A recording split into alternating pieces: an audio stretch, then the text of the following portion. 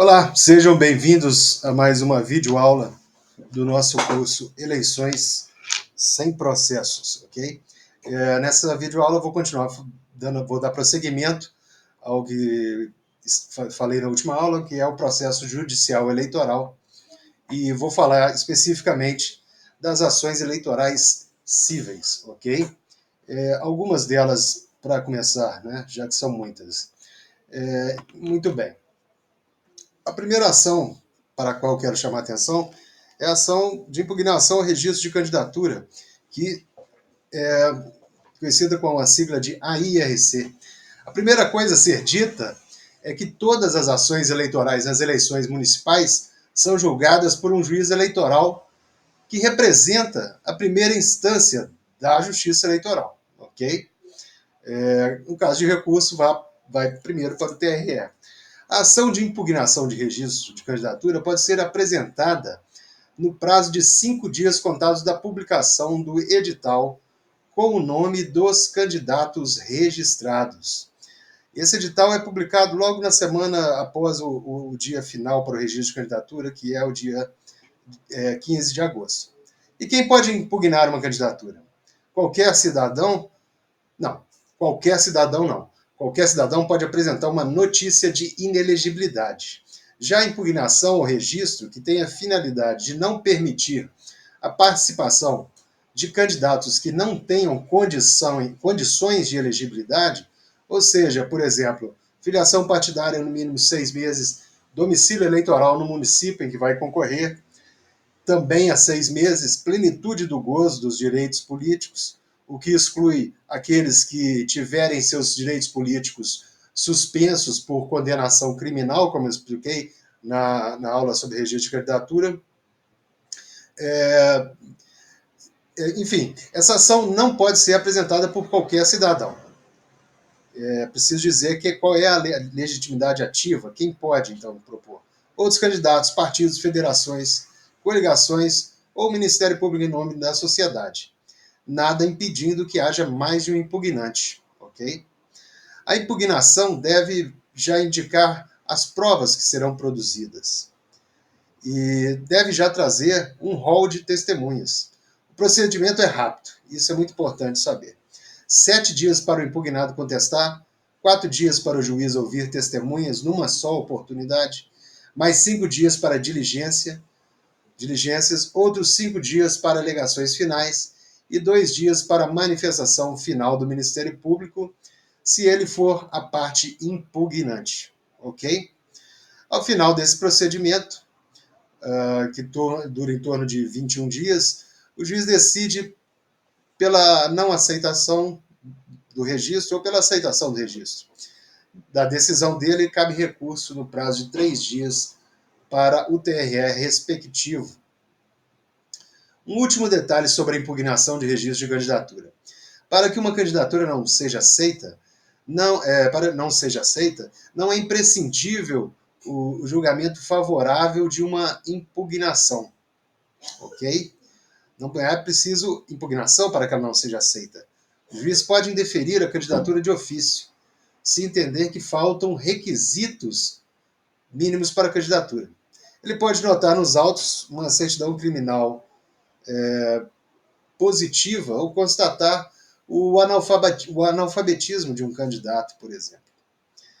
Bom, mas qualquer cidadão, eu já disse, pode apresentar uma notícia de inelegibilidade. Essa é a segunda ação civil eleitoral relacionada ao registro de candidatura. Essa sim, eu repito, mais uma vez, é aberta a qualquer cidadão. Mas atenção, se a notícia de inelegibilidade for apresentada conscientemente de má fé para prejudicar um candidato, essa pessoa que está apresentando a notícia pode incorrer em crime eleitoral. Muito bem. Passemos às representações, reclamações e pedido de direito de resposta.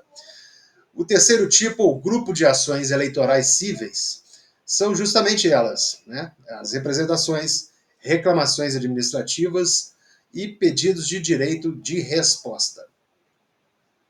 Se a ação de impugnação de registro de candidatura e a notícia de inelegibilidade estão ligadas à etapa do registro de candidatura e discutem fatos em torno desse registro e em torno da etapa anterior a ele, a etapa das convenções partidárias, as representações, as reclamações e pedidos de direitos de resposta, por sua vez, visam combater irregularidades da campanha eleitoral, do período da propaganda eleitoral oficial, bem como as irregularidades relacionadas à divulgação de pesquisa eleitoral. Em regra, para isso servem as representações, quando se fala de representações de um modo geral, ok?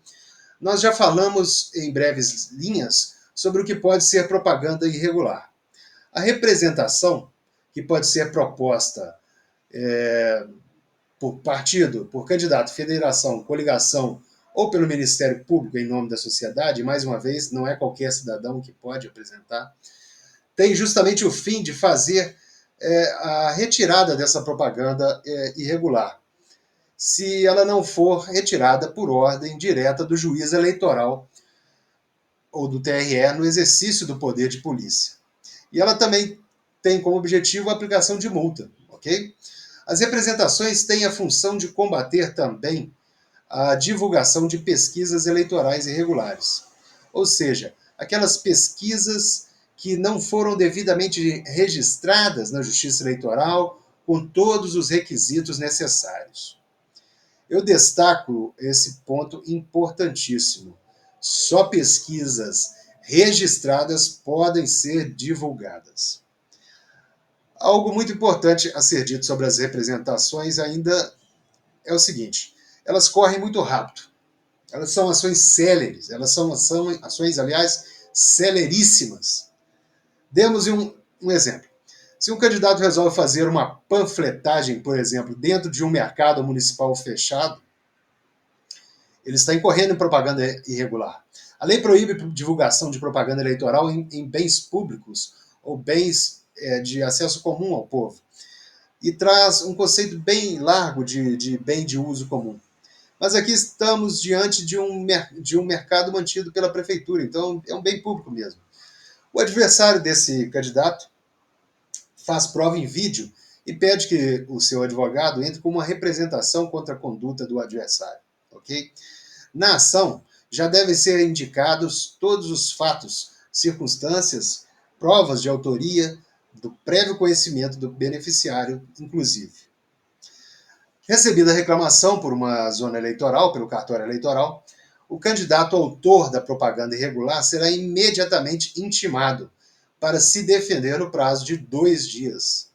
Lembrando que os prazos, e aqui mais um ponto muito importante, lembrando que os prazos durante a campanha eleitoral correm em finais de semana e feriados. Se o réu for intimado na sexta-feira, deve responder até o final do domingo, portanto. É isso mesmo. Durante a campanha eleitoral, juízes, promotores, advogados e servidores trabalham em plantão permanente.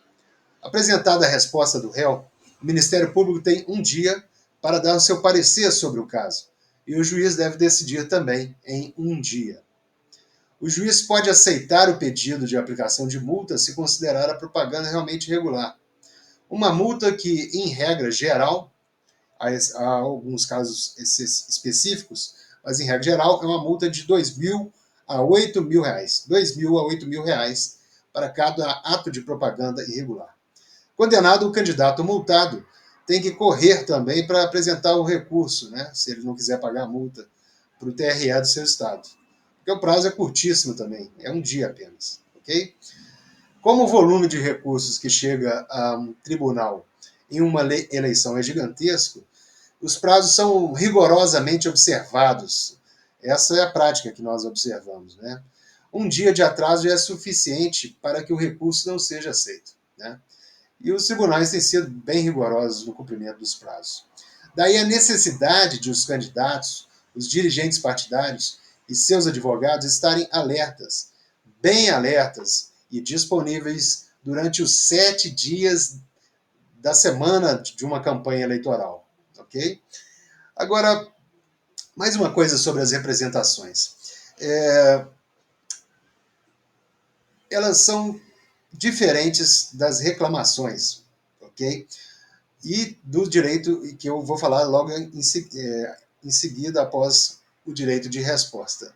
Direito de resposta tem a finalidade de garantir que o candidato, partido, federação ou coligação tenham protegidas a sua imagem contra afirmação caluniosa, difamatória, injuriosa ou sabidamente falsa, veiculada por veículos de comunicação social quaisquer, né?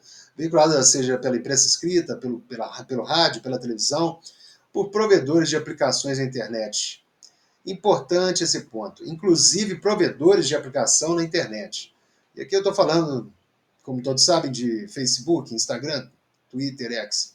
O objetivo é conseguir um espaço proporcional ao da divulgação do conteúdo calunioso, difamatório ou injuriante. Uma edição impressa escrita na programação normal de rádio e televisão, no horário eleitoral gratuito ou em página, canal ou perfil de rede social na internet. Então vamos lá para encerrar as reclamações. O TSE distingue representação de reclamação da seguinte forma. A reclamação ela é voltada contra a própria Justiça Eleitoral quando ela exorbita no exercício de seus poderes administrativos de organização das eleições, sobretudo no exercício do seu poder de polícia contra as propagandas eleitorais irregulares. Os TREs julgam as representações contra atos eventualmente excessivos dos juízes eleitorais singulares de primeiro grau. E o TSE julga os atos do TRE. Essas reclamações, tecnicamente, não são ações cíveis eleitorais, embora eu as tenha colocado aqui nessa aula, mas procedimentos administrativos, ok? Sobre as reclamações, eu preciso deixar claro uma seguinte colocação. Elas são uma inovação trazida em 2024 pelo TSE. Essas reclamações, a possibilidade dessas reclamações, demonstra o compromisso de nosso órgão superior de justiça eleitoral com a autocontenção de seu poder. Ela reconhece a falibilidade das decisões judiciais de juízes e tribunais eleitorais e coloca mais um recurso para que, dentro de um procedimento legal pacífico, eventuais excessos sejam corrigidos. Não há um judiciário eleitoral autoritário no país. Não existe um judiciário eleitoral ditatorial no país. Essa possibilidade de reclamação de que estou falando aqui é justamente mais um instrumento, dentre tantos outros disponibilizado aos cidadãos, aos candidatos, aos partidos políticos, aos eleitores, à sociedade geral, para que tenham assegurado o seu direito fundamental de acesso à justiça, o seu direito fundamental de acesso ao devido processo legal. Ela é para ser usada assim, sem temor, ok? Na próxima aula, eu continuo a falar sobre as ações cíveis eleitorais. Vamos falar sobre a ação que combate o abuso de poder nas campanhas eleitorais. É uma ação que tem ganhado muita repercussão na mídia.